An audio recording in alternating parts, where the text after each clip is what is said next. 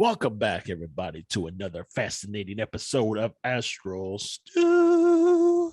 My eyes are rolled so far back into my head, I can see my brain. That's impressive because most people's brains are not well lit. So, well, I'm like Superman. I got laser beam eyes, and I can turn them on just light enough to be able to see. I'm sorry. After this weekend and your hypnosis session, I can't hear nothing about your eyes being in. I know. I try to re-traum. I've told that story several times now. Re-traumatizing myself. Not even gonna lie. As soon as I said it, that's what I thought of, and it grossed me out. Mm-hmm. Sorry, folks. You'll get some info on that soon. We'll be sharing that. We were in Somerset recently for our annual paranormal trip, and did a little bit of things got spooky with Fearscape. Let's just say a little bit of who, a little bit of do. Yep, things got spooky. So Josh, we finally are giving you return access to choosing a topic. Now that you allowed Santosh and I to let us down. You know, I threw you a bone. So you didn't let us down. Thanks. No, the question was you letting us down. It wasn't with us. Okay, we have great topics. We do. I don't have great topics. No, they're always about Christianity. Christianity. We always end up talking about the Bible or a Christian opinion. They are never about Christianity. You all take it there. You forced me to go there. I bet you were going to say something, and it's going to be Mormons in space. Yep. I mean, sorta. Well, so I did want to talk about there's an article that was out maybe a couple weeks ago about NASA has a new model. They still kind of teasing out what it'll look like, but they have a new model that a lot of science is jumping on for a faster than light engine.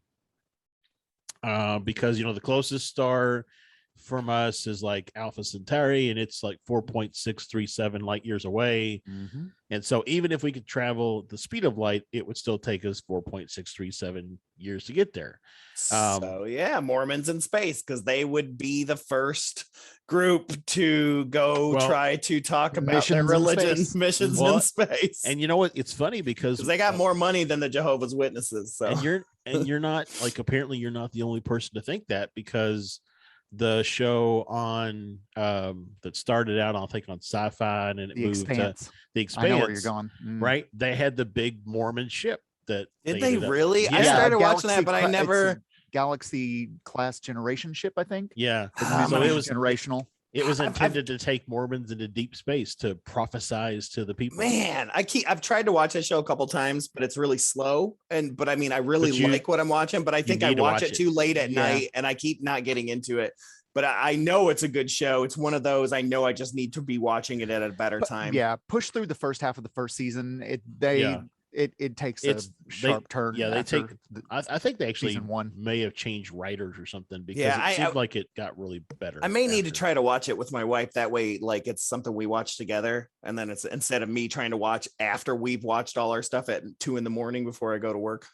So I mean, it is a phenomenal show, and it really, I think, depicts kind of what I want to talk about, which is what would humans be like outside of Earth. Like, as we start to look at expanding to put a colony on the moon. I mean, NASA's planning on putting a nuclear power plant on the moon as early as 2027 to prepare for the colony they want to establish there. Mm-hmm. The colony they want to establish we're trying on to Mars. Like, they've already put nuclear shiz in space, but we haven't. So this is I feel it's weird that we're going to now turn back to some nuclear options. It's funny. I was reading an article that said that the U.S. actually just passed.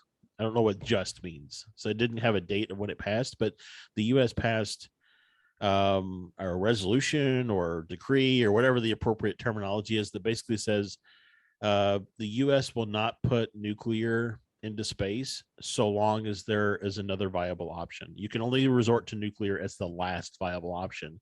But to your point, Santosh, Russia's already put 15 nuclear reactors in space, and they're actually launching another one this year, I think. So. I know China's been on the moon now. They're on Mars. Who knows what's going to happen? I don't know. I'm sorry. I know I'm usually the optimistic guy, but I've watched far too much sci-fi, and like I am pretty pessimistic, especially with our country in terms of how we handle things and capitalism rules. And it's just like I see the Wayland Corporation from the Aliens movies more than anything, just corporation capitalism that's out there destroying resources. Yeah. Like corporate greed, ruining other corporate planets. greed, slavery, because they're going to be so far from a group of people that makes laws and sees things. And well, I mean, that's so, for again, for anybody who hasn't watched The Expanse, I don't think I'm giving anything away here, but that was one of the big things, is that Mars was one of the first colonies established after Earth, and they effectively became their own government. Well, they want to be independent of, like, completely. And that's exactly what's going to happen. I mean, when you get, because not only that, by the time we're really, really rolling, I mean, we're already at like what, 7-8 billion people on Earth now. Imagine expanding further out. And let's be honest, 2 generations in is probably all that it would take. Yep. Somebody being born in different circumstances, it's human nature to be like, they're different now. While still having, the oldest generation running the country that remembers it the old way. And I absolutely see that. And like I said, I see corporation. I mean, we see how it happens in America. Why are we not all on wind power and electric power and all this stuff? Well, because the oil industry, lobbyists, all these different things are still there. That's why we don't have these power sources running the world when they could. Well, we also had some world leaders that said that wind power causes cancer, but point exactly. I mean, it's just, that's what I'm saying. It's like money's, until we move to a Star Trek society and take away money out of the equation, like, I just don't know. Well, one thing that is brought up in The Expanse, but is brought up in a lot of other sci-fi tropes as well, and science, is the difference in gravity. Oh, I do remember that from the first or second episode. That's going to change bone density. Yeah, they had the stretched people or whatever. Well, yeah, the belters. The belters, that's right. I do remember that. They live in such low gravity that, like, they talk about how the belters will never be able to set foot on Earth because they just wouldn't be able to handle the gravity. Yeah, they talk about that. The pressure. Yeah, I finally read 2001: A Space Odyssey, the book, which so different than the movie. For reading. So good. But they talk about that too, about the different gravity areas and stuff like that, as well as the Shaver mystery talks about that, the different gravity in Hollow Earth, where there's just fat people that go there on vacation just so that they can feel lighter and things like that. And so they get lazy and it changes things. Seriously. No. But I'm going into, you just made me think of Wall-E and all of the, like the obese chair pod people. And and then of course, to bring it back to some stuff that's actually happening, right? So if you remember year before last, I think, I do remember that. I don't. Yeah. Nobody remembers before the pandemic, but anyways, they actually so they had twin men.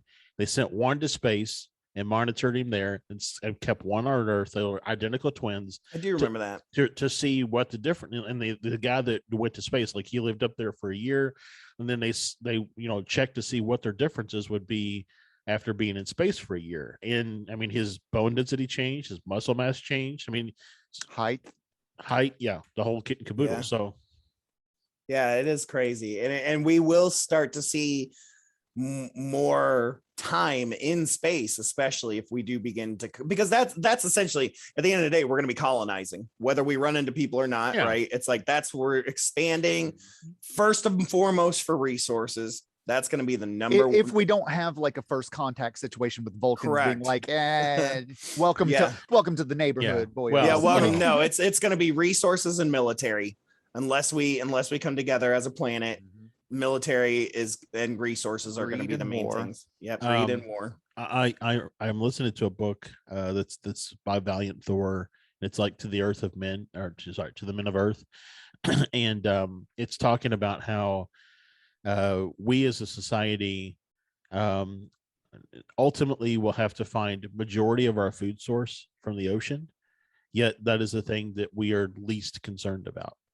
That, like, we are most concerned about what's on land, which makes up the smallest percentage of available living space on the planet.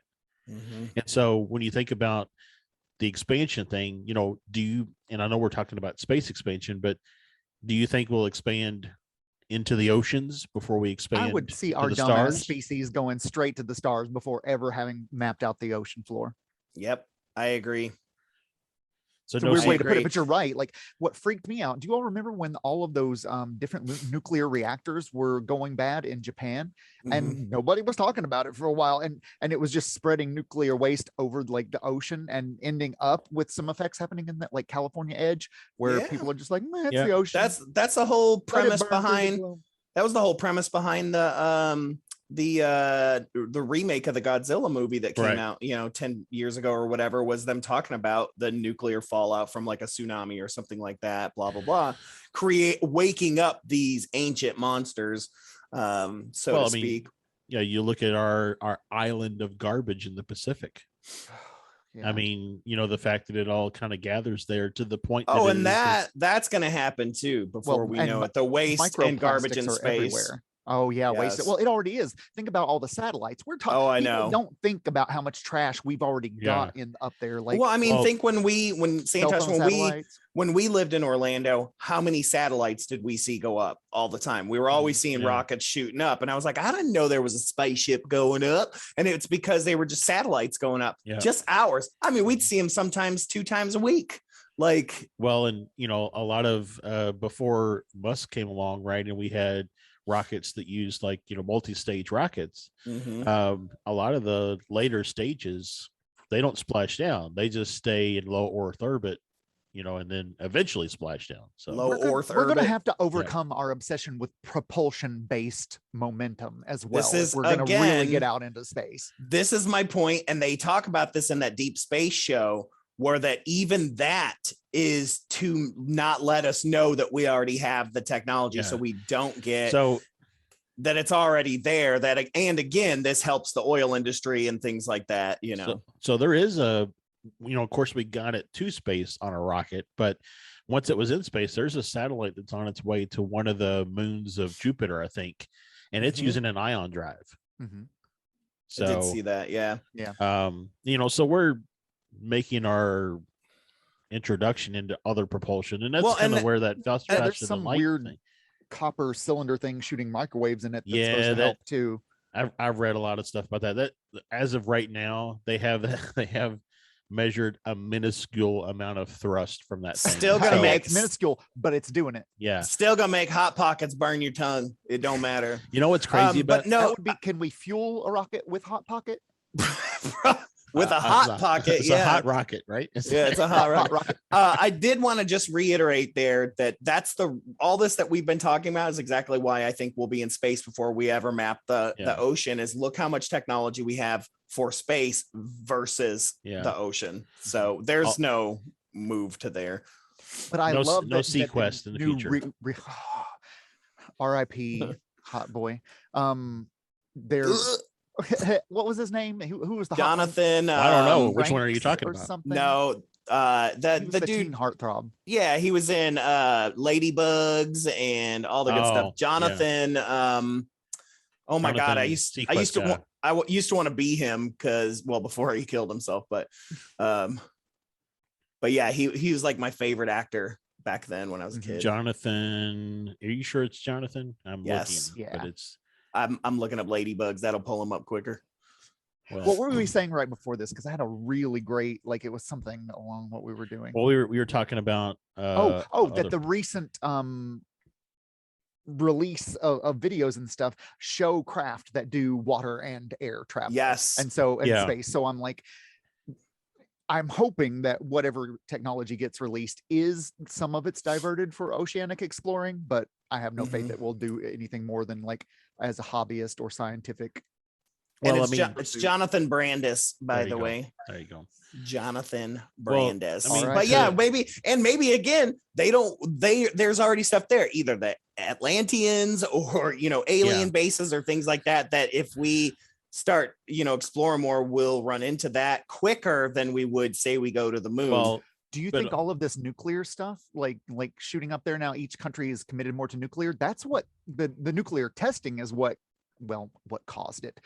correlated to an influx of Introduced. UFO activity. So do you think that this new like race to nuclear space is going to maybe kick up even more like their interest in us and what's going down? Or the world is more unified than we realize and they're putting a protective ring around the earth. Yeah. Hey, I just found out they have stars that disappear. I was just watching a great video about that one, and it's there. You map the sky, and it's gone. Yep. And that leans heavily towards like Dyson sphere or something, you know, cloud.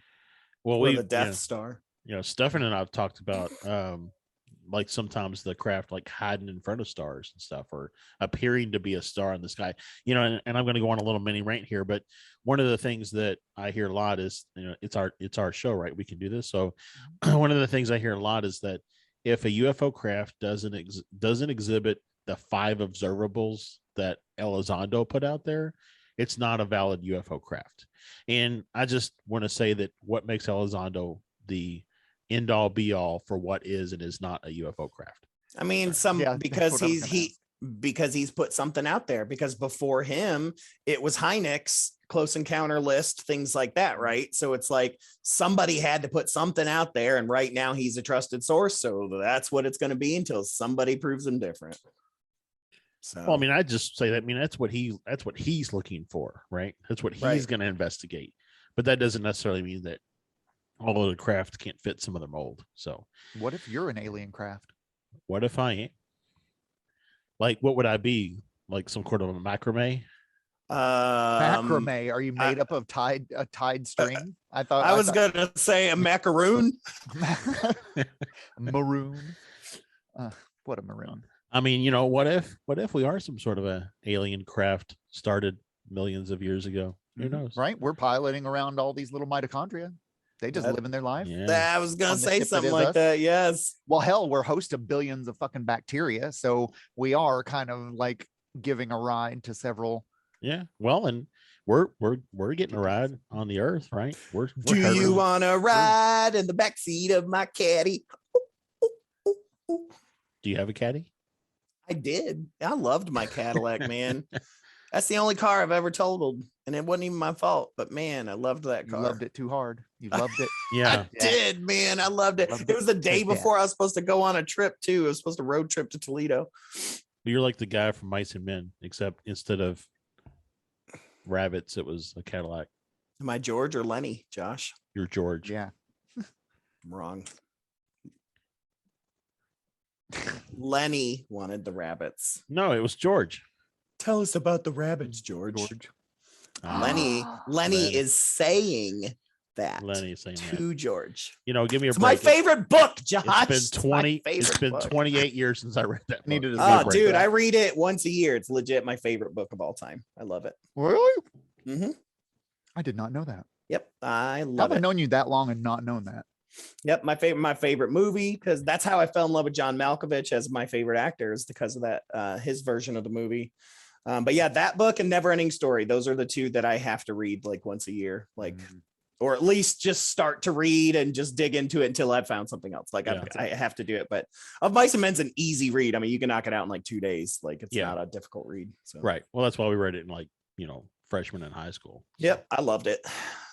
So anyways, back to the topic. Back to the topic I wanted to say. So I think about I can't not think about sci-fi. So I think about things like Titan AE, right? Yep. I think about Lost in Space, the movie version, but I guess all of them work, and things like that of them, and even Green Lantern, right? Where that you create and you find these space hubs that are out in the middle of space, or even like Heavy Metal, like they've got these space bars and then things like that. And I can really see that happening with or without aliens, because then think about, just like you said, over a couple generations, how different the people that are living and growing and creating out in space are going to be and evolving in space versus the ones that stay on Earth. Or is it going to become a situation like Doctor Who, where they show the Earth has just gone to shit so bad no one's here anymore? Well, or Wall-E. What's that other the remake of Battlestar Galactica? Isn't that like called Battlestar Galactica? That's so what that ends with, right? With them finding Earth. Doesn't the second spoilers? Yeah, massive spoiler alert. Everybody's watched it, right? No, I mean, I have. you know what? Hold on. I got in trouble from one of my friends because he was watching Cheers. And I was like, I was so sad when Diane left. And he was like, spoilers, dude. And I was like, what? I never in my mind Cheers. on called spoilers on Cheers. And I did feel bad though. I'm gonna go ahead and ruin it for somebody else too. Alf goes home. You were wrong. You obviously did not see the follow-up movie where the government grabs him and stuff. I'm dead serious. Did they make another movie? Yeah, they made a follow-up movie. It came up like a year or two after, and like the government, like the family's not in it. It's just Alf, and like he gets kidnapped by the government and all kinds of crazy stuff. Dude, happened a couple years after. It was an Ernest movie. That's also an Ernest movie. That's also every TV movie from the 80s. From the 80s, yeah. They all had Jim Hampton in it. Yeah. Anyways, sorry for anybody who was planning on binging that this weekend, and I just ruined it for you. Yeah, I have a question. What kind of role do you think our species would play in the larger galactic federation food type thing? Yeah, I worry about that. I really worry that harvest time is nigh. I mean, I don't know. I mean, it's like I'm not siding with it, but I'm afraid. But we're not. Like, I would think on the galactic scale of how old we understand the universe to be, we are very, very young. Yes, and but so you don't think we have our own special stank to bring to the stage? No, but I mean, see, because I think we're not intelligent enough. I don't think. You don't think our art, our poetry, our music, our dance, anything like that might be unique? Well, I mean, I'm sure is anything unique in the universe at this point? Well, I look at the two, in my opinion, two of the smarter species underneath of us, which would be, like apes and dolphins. We don't tend to eat those on purpose, because we see them creating things and now imagine if either of those species had smaller structures or they were had technology and things like that. I feel like we'd be like, okay, we can't eat those because obviously they're smarter, more intelligent. I feel like that would be the case as well. I feel like they would see us and be like, okay, well, these are more intelligent species. They're flying around there in ships and things like that. I'm sure they already have a food source, but that is more along the lines of a cow or things like that. That just growing protein, like we're headed to, right? But are you taking human morals and applying it to extraterrestrials? Well, of course. What else can I do? Well, that's what I'm saying. So what makes you think everybody does that with their own version of God? Morals at all? We understand. Lions don't eat lions. Lions aren't eating other tigers. I was gonna say daddy lions will eat baby boy lions. And mama rabbits will eat baby rabbits. That's different. That's other different. Octopus. I just mean as straight predators searching for food. Usually, like when they eat like a cub and things like that, there's reasoning for it that's not food. But also space travel, like eating other living beings, you would have to grow them somehow and take care of them and the resources to water and or feed them or whatever their specific needs are. I don't feel like people are like, we have a finite source. Let us go from planet to planet to find more food. No, I feel like if they're going into deep space, they have a food option. Like it's already like we have to have food. Yeah, I'm not. I don't feel like they're Galactus. I'm not necessarily saying planet. that. Isn't that a great name? That they're gonna seek us out for food, but I also don't put it past anything. Like if there are reptilians, right, as people think that there are, why wouldn't reptilians eat people? Why? Well, the same reason we don't eat dolphins and yeah, or most of us don't. The really rich. But reptilians are also painted as like the monkey brains. Like the asshats of the galaxy. So sure, there and like I said, there are exceptions. There are asshats. Yes, there are exceptions to everything. But I also think about the Fraggles and the Doozers. They aren't eating the Doozers, but they're eating the Doozers buildings. Yeah, they menace that poor society. Look at their structures. But if we're not food, then I think we're just like, I don't know. And this is gonna sound really bad speaking about our race this way, but I feel like we would just be a nuisance for most of the other star-faring races that are out there. I want to be a galactic ambassador so bad, but that's what I worry about too. I'm like, what are my qualifications after living on this dumb rock? Well, so it would sorry, be. Gaia, I didn't mean that. I didn't mean it that way. It would Greer, be. He knows. It would be like us, like being mad because we go swimming and little fish, bite our little legs. We're like, oh, get off of us. Or a shark on the flip side of things, like we kill them because we fear them. That's the side that I get scared of is what if they treat us as a threat like we do to everything else. Well, and you're not there yet, but you will be. Or like when you want to take a nice solo drive just to kind of like sort through your thoughts, but your kid's like, can I go with you? Can I go with you? Can I go with you? That's what I feel like, we like, we're going to go over here and check out this planet and see if we can help them with their food shortage. We're like, can we go with you? Can we go with you? Can we go with you? That took too long for me to catch up with what you were saying. I got it, but I was like, and what if they are similar to us, and what if they are missionaries and they come here trying to convert our asses? Like, God, they just catch us and think we're being captured, but really they hand us a fucking Bible of Zook Nuke, praise glob, praise Zook Nuke and glob. And here's a thought: what if there is another a race that is stumbled upon some old technology, and they're not as advanced as we are, but they're out, in the cosmos exploring, and we just happened upon them. What would that look like? To make this Lenulosians.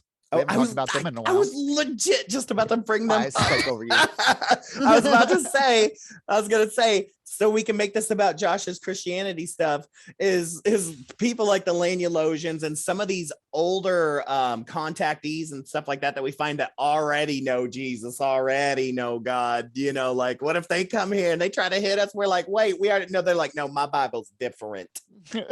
Like the Mormons do. They're like, we have another book too. Yeah.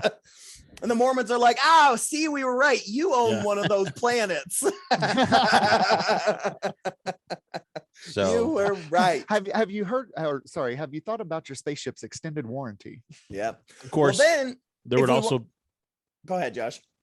I was just going to say, of course, all of our spaceships would have to have a McDonald's, a Wendy's, a Starbucks, a Dairy Dunkin' Queen Donuts in every corner of the galaxy. Yeah. Oh, gotta have blizzards, man. Right. But Josh, what we give to the universe. What I was gonna say was we haven't hit the science aspect of this idea of faster than light, right? Does this fit along some of the theories that are out there that, we may stay young, but as we go away, we've missed 100 years of our species. Like, how much is that going to separate generations from generations if that is the case? So it's funny because this new model for FTL is actually creating a bubble around the craft. And then so the craft is actually moving outside of space-time. So it's like Futurama, really. I was gonna say, or Doctor Who, or a lot of things. I mean, that's all. Like warp drive in Star Trek is the same kind of thing. You've got a warp bubble around the shift, and it moves through space-time. But anyways, so the faster than light stuffs. If we can do light speed, you're right. The closer you get to the speed of light, the slower. It's not really slower. The less you experience the travel of time, but the more that other people around you experience the travel of time, they're still experiencing it the same. You're experiencing it different. I think Interstellar is a good depiction of that. When they go down to that planet and they come back and like, it's been 13 years or whatever it was. So that was, Lost in Space, the movie, that's what they did too. They talk about that to them, it'll be, 1 month or whatever, but to everyone else here, it's 150 years by the time they get first message from them. But I think with an FTL, where you just basically you leave one point and arrive at another point because you've traveled outside of space-time, I don't know that the same would be true. Well, how much faster than the speed of light? Because we, as our current understanding of physics, can't even match it. But let's say we were matching it, that still puts Alpha Centauri 4.6 years away.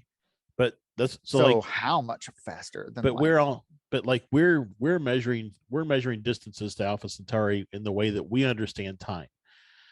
Faster than light is really faster than space-time, is the way it's you're leaving Mm-hmm. point in space time, and you're arriving Very in another bold point in claim. space time. I get what you're saying, but This it's is- faster than space time. And we still, I mean, there's still that possibility of wormholes, things like that, or that folded space where you're really just existing in both at the same time. Back to the Futurama one, where space moves around you. You don't technically move, but you generate a field, and space is moved around you. The other thing is this paper talks about we don't understand the physics of the model. The model works, but we don't understand the physics of the model. And so because we can't understand the physics of the model, that's why the model hasn't really progressed any farther. And so now it's really a race to figure out how fast can we understand the physics or adjust our understanding of physics so we can prove out why the model works. So we still don't fully understand dark energy or dark matter. We just observe effects. Yeah, so that's what I was thinking about when I was watching this thing on YouTube about the use of nuclear reactors in space. And I'm like, what happens when you're flying along and you come in contact with a pocket of dark matter or dark energy? How is that nuclear reactor going to behave in that situation? Through it, yeah. Right. Well, and then we also have to think about what's the thing called, the in Sweden or whatever, or in Switzerland, the Hadron Collider. Yeah, the Hadron Collider. Didn't they push something to the speed of light or something, or did I make that up? Didn't they? They slowed it and captured it. Some sort of time crystal or something. Is that what you're talking about? Well, that too. They collided two particles together at the speed of light. This was done like 20 years ago, because I remember when it was happening, everybody was worried it was going to create a black hole, and it was going to like swallow the earth. Still, some conspiracy theories will bring that one back up and add it on to the 2012 bullshit. Add it on to the Mandela. They added to the Mandela effect as well. But the other thing is, and we were talking about this on the podcast a couple of weeks ago. There was a news article where a lab in California actually, for like 0.3 of a second or something, established and had a fission reaction, as opposed to fusion. No, sorry, we do fission now. It was a fusion reaction as opposed to fission. So today's nuclear reactors are all based on fission. This was a form of fusion, which is what is happening inside of a star. Is how all the heavy elements get created and all that kind of stuff. But so that's basically the whole idea behind cold fusion, right? Is the ability to create sustainable energy that doesn't have any negative outputs or byproducts. Element 151. Right. Well, and then we've got, oh my God, I already forgot. Quantum computing is happening, and things like that, and Higgs boson. I mean, we got all these factors that I think probably within our generation, we'll see some of these things, these theories and these things coming together, creating the technologies that we say is impossible to create. You have to remember, so there's a thing called Moore's Law, right? And Moore's Law says that technology doubles on itself every 2 years. And that's pretty much held true since you look at the first computer right around the time, the end of World War II to where we are today. I mean, that's pretty significant leap in technology. So that holds true. And so I think you look at where we are. Go ahead. I was going to say, except for the footprints where they just found that humans were on North America about 20,000 years ago. So not really, because they had some form of tech. What level of tech are you talking about? So technology in this aspect is computer technology. Okay. Which the whole existence of space is hostile to.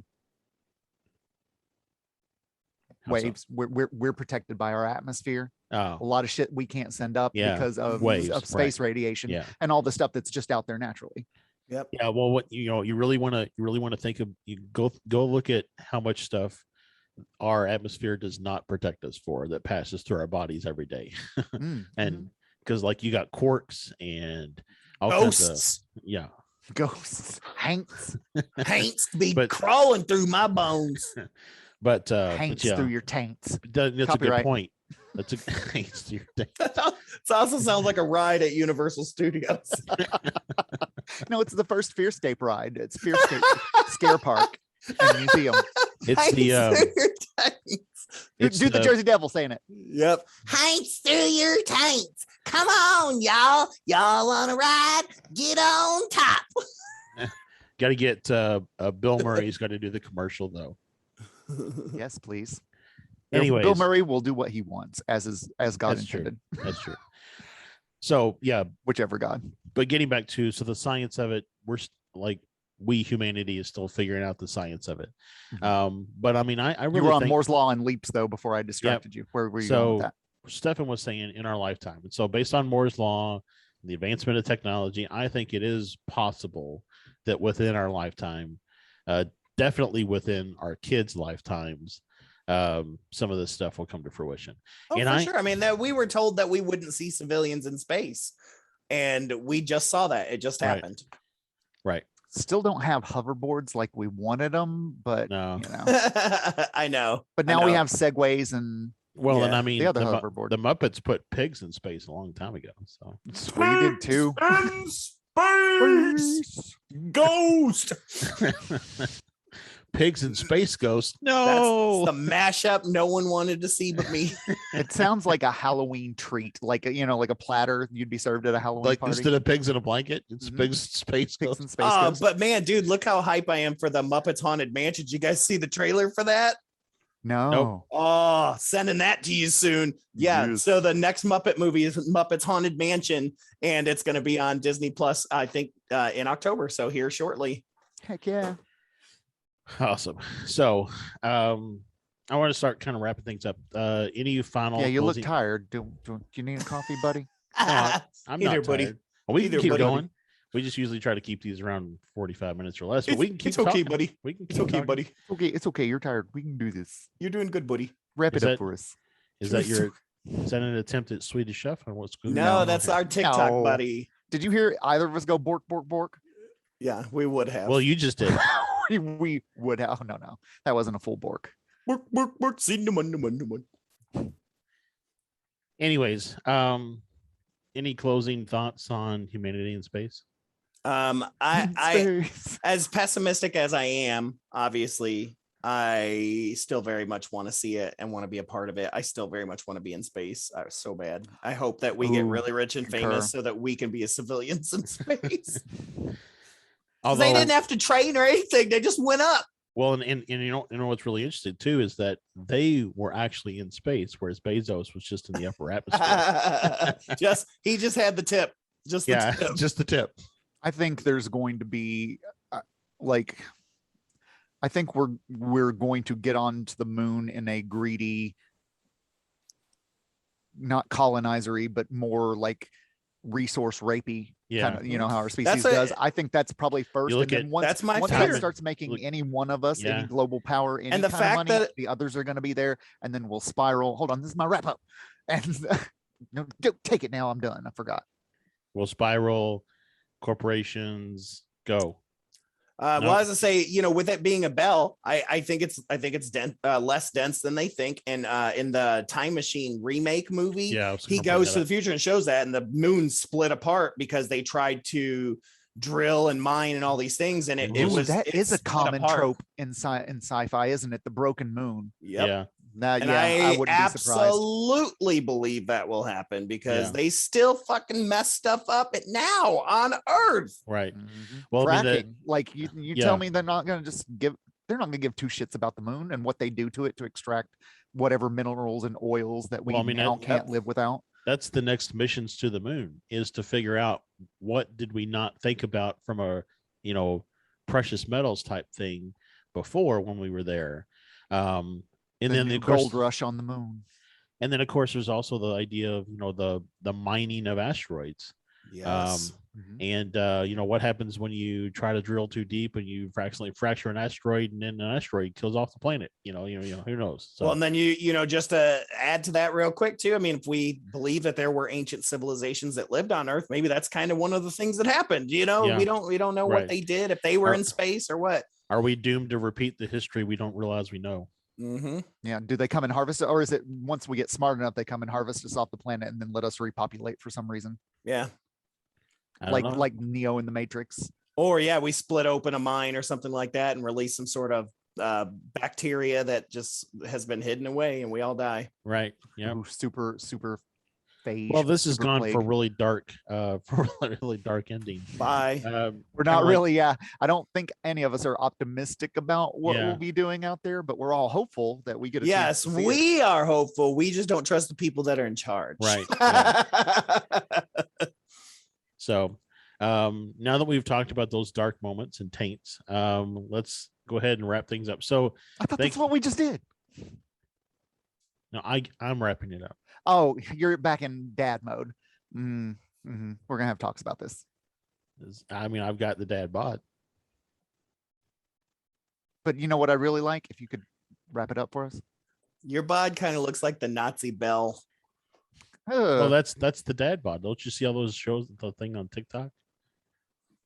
What was that thing I talked to you about? Why are you watching so many TikTok videos on dad bods, Josh? Yeah. Well, they talk about it because I told you about that thing where they said that the dad bod is just a bear, heterosexual bear. Anyways, thanks for tuning in to Astral Stew. Catch you next month. Bye. Peace out.